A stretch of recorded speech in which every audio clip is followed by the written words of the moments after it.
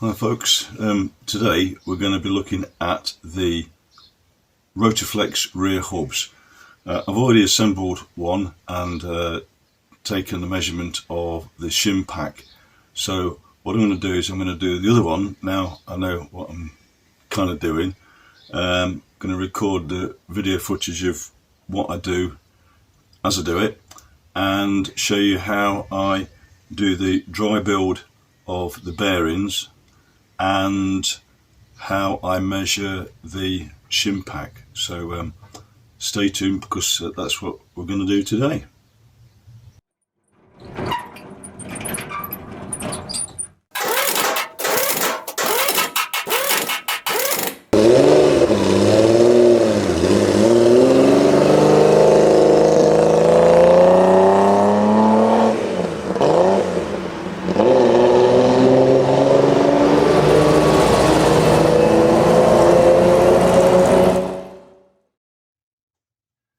So what I've done previously is I've installed the bearing outer races, so that's the outer bearing outer race and the inner bearing outer race. And all you do, you just tap them in very gently with a little bit of brass and a little hammer.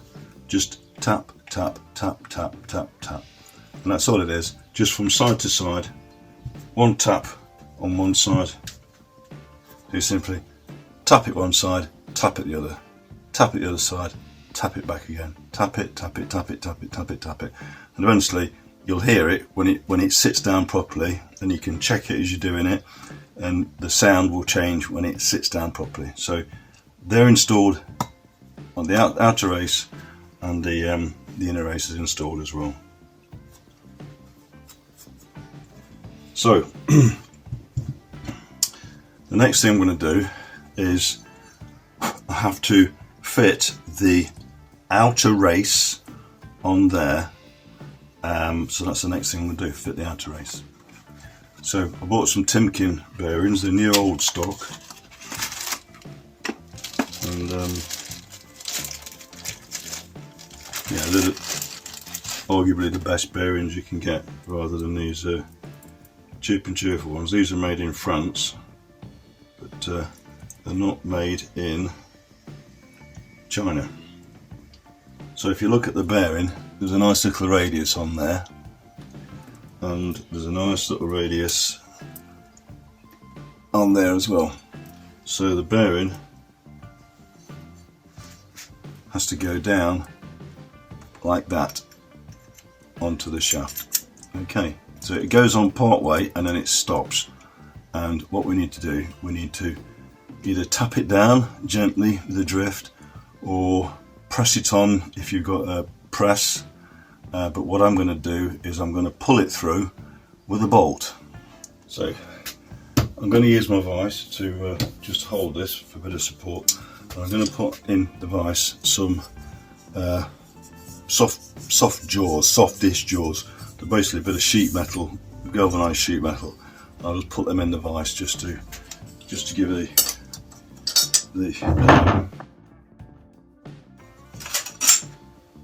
the studs a little bit of protection, so they're not hard up against the vise, because they will move around a little bit. So this is the bolt we're going to use.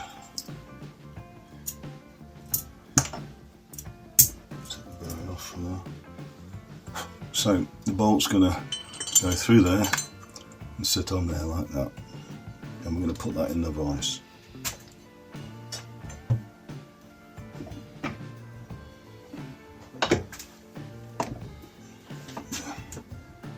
So get the bearing, over the shaft, and then it fits down part way, and then it hits the interference fit. So that's what we've got to pull down. I usually use things like old sockets and things like that, or in this case what I've done is I've got an old front caliper piston. They didn't come with a big hole in. I've drilled that hole, and the reason I'm using this is that because of the size of the bolt I'm using, even the 1/2 inch square drive won't pass over the bolt. So I'm using this to pass over. So that will pass over there. What we need is something to press down against the bearing. So this is the bearing, and this is the old bearing inner race. And what I've got there, I'm going to press the bearing in using that face on there against the same face on here, like that. I'm going to press it down like that.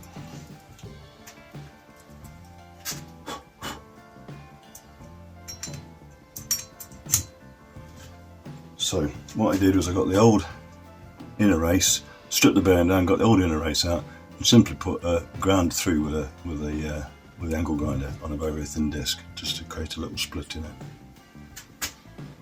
So that goes over there. Now I'm going to use my caliper piston over the top. And you notice the stud's not passing through, so I use it that way up to start with, like that. Okay, and a washer and a nut. So the washer goes on next, and then the nut.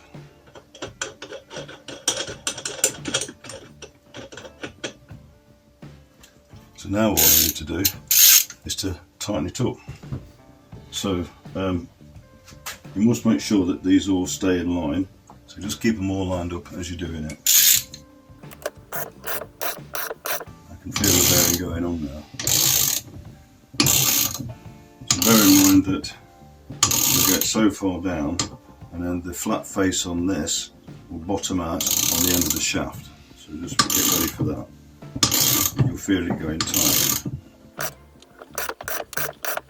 There, it's gone tight now. So I'll back that off. And you can see that shaft is level with that now. So you can see the bearing's gone down part way. So we're still going to use this. We're just going to turn the caliper piston over.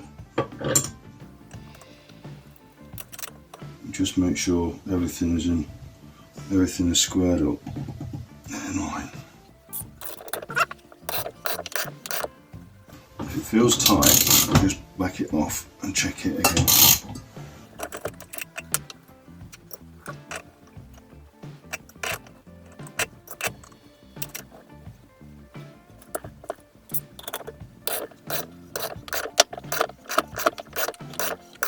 You can actually see it going down there.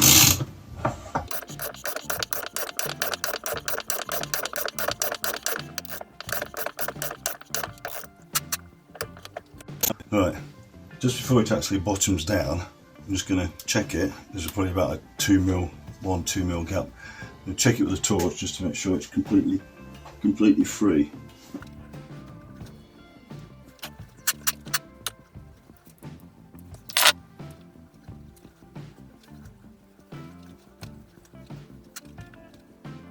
Yeah, that's fine. Right.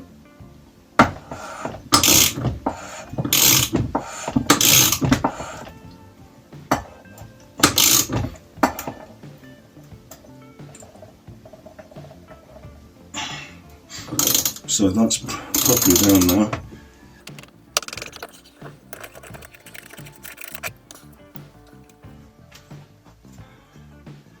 And you can see the bearing is now in position. You've got to take this off again, but not until you've done all the measurements. Great. So get your vertical link, get your hub, and place it in here in the bearing position, like that. Now we're going to turn it over.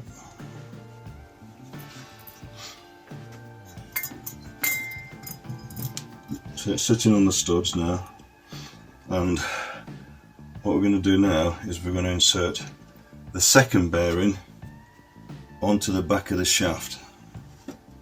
So I'll hold it up so you can see. You see the bearing, the shaft is in there now. Okay, with the outer race on. And what we need to do, we need to fit the inner bearing onto that back of that shaft.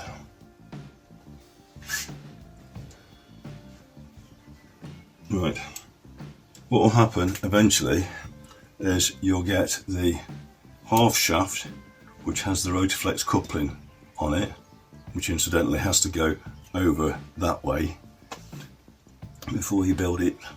That will pass through the bearing, so it'll pass right through. And that is the nut that goes on there is the one that you torque down to, I think it's about 90 foot-pounds to do the dry check once you've built the shim pack. And then once you've stripped it down, cleaned it all out and rebuilt it, then you torque it up to, I think, 110, 115 foot-pounds. But that will go there, it'll pass through and locate on the splines. But we don't do that just yet, so I've got to measure these the gap and work out the shims. So with it in this position, we're going to put this back on top of the bolt that's in the vise. So lower it carefully into position,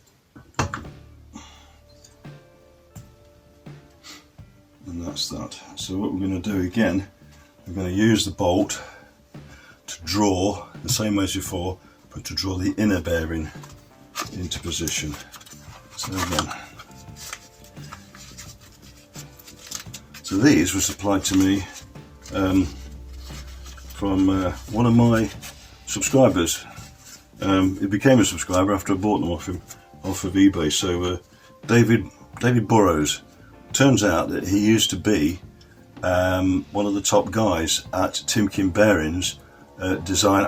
Forgive me, Dave, I can't remember without looking at your email what your job description was, but he was very high up, and he told me an awful lot about the condition of my old bearings, and we become sort of quite good friends, really, chatting quite regularly on email. So thanks for your support, Dave. It's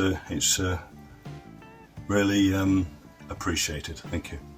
So anyway, these are the bearings that David supplied me, and what I'm going to do is I'm just going to make sure that face is clean, as you should. Cleanliness is next to godliness, so it's a little bit of what I will do before I do finally build all these up is I will give them a good clean out.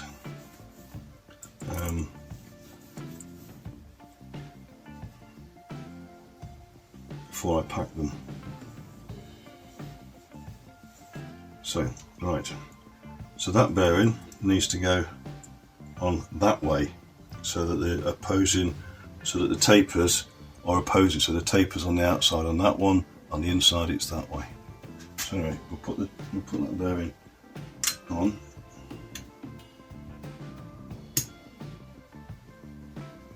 Actually, let me just show you what it looks like on the shaft.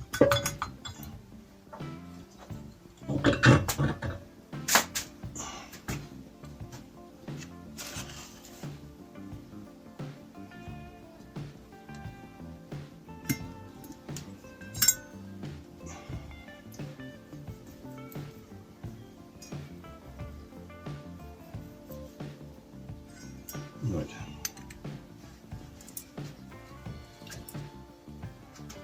So there's the hub and the shaft, and the bearing will go on that way, so that the two tapers are opposing each other. Okay.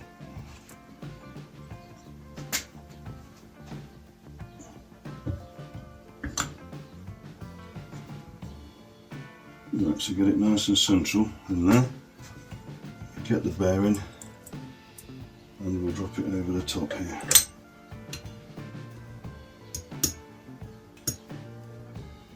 Right, it's just started, and we now need to draw that on with the bolt the same way. So, like I made a split for the old outer race with a split in, but exactly the same with the inner race, and You can see on the camera there, look at that, very nice pattern there. So you can see that bearing was properly shot, that one basically. What David did, he gave me a report on the condition of the bearing, told me all about it and why it had failed.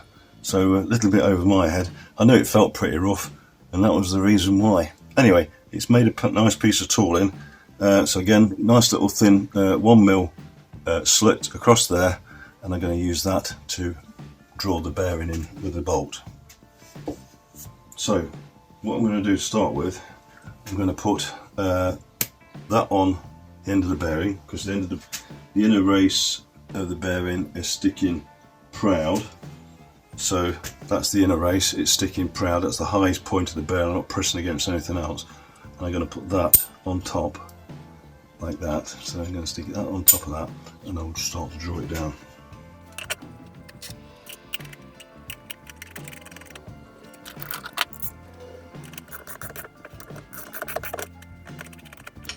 It's just, I didn't need much at all, this one.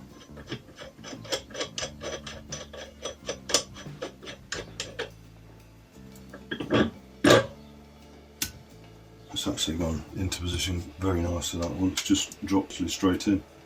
So that's now sitting against that, and what I need to do now is, so I didn't really need that one after all, I needed it on the other one, it was a little bit tighter the one. So anyway, manufacturing tolerances, they're all different. So anyway, the bearing's on, and I'm going to lift it off now so we can measure it.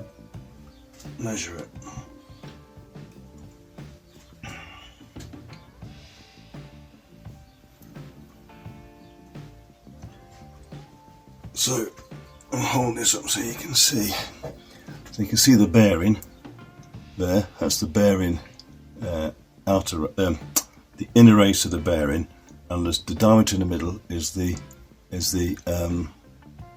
shaft. So we've got to do a drop check between the bearing there and the end of the shaft, and we use a drop check between the inner race of the inner bearing and the end of the stub shaft, and we do that with a little distance piece which you should have, and shims. So because this car only had one 3/1000 shim on the whole car, then what I'm going to do is I'll just use the distance piece, and I'll work out what shim pack size I need. I'll have to order my shims then. Okay, so this is a view from the back of the vertical link showing all the bearings in place. Okay, that is the back of the hub, the rotating hub where your wheels will attach eventually. And what we need to do, we need to do a drop check between this surface, that face there, and that face. We've got a little spacer piece, and the spacer drops in there, and we'll end up working out what shims we need by measuring between that face and that face. So we'll get a little piece of the tool steel that I made before, dropping that in there now like that. That sits down nice. So it's the distance under there. So what we need to do now is to measure the gap, because there is a very tiny gap. There's a tiny gap between the end of this distance piece and the underside of this block, and you'll measure that gap with feeler gauges. So your feeler gauge will go inside there. You need two hands to do this. Feeler gauge under, this is a very thin gauge just to demonstrate point. So there you can see the feeler gauge is underneath there. So it'll take two hands, but that's where you measure. So I'm going to put the shim, the block in there and measure it. The last one works out to be an 8.5, 9 thou gap. So you want to end up with, you add shims on top to make sure that you've got end float. So you add the shims on. So I'm going to go for 2 thou on top. So if it's 8, 8.5, I'm going to go 10 to 11 thou in shims in order to give me that 1 to 2 thou end float. So that's 6 thou. So let's start with 6.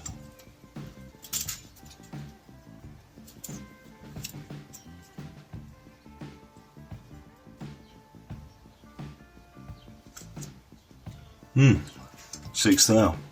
So that measures 6. That's a good guess. And which means I will need to go for a 2 thou on top of that, so that's 8. So I need enough shims to give me, I need 8 thou worth of shims. So I'll make a note of that and I'll get them ordered. So that's all we can do. That's all we can do for today. Got to order my shims, and then I can continue the video once I get my shims.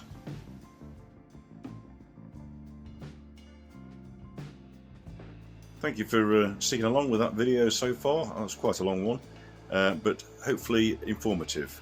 If you found it informative, then please give me a thumbs up, and please click the like and subscribe button, and also hit the bell icon for future notifications. There's certainly plenty more to come. And don't forget, if a job's worth doing, then it's worth doing well.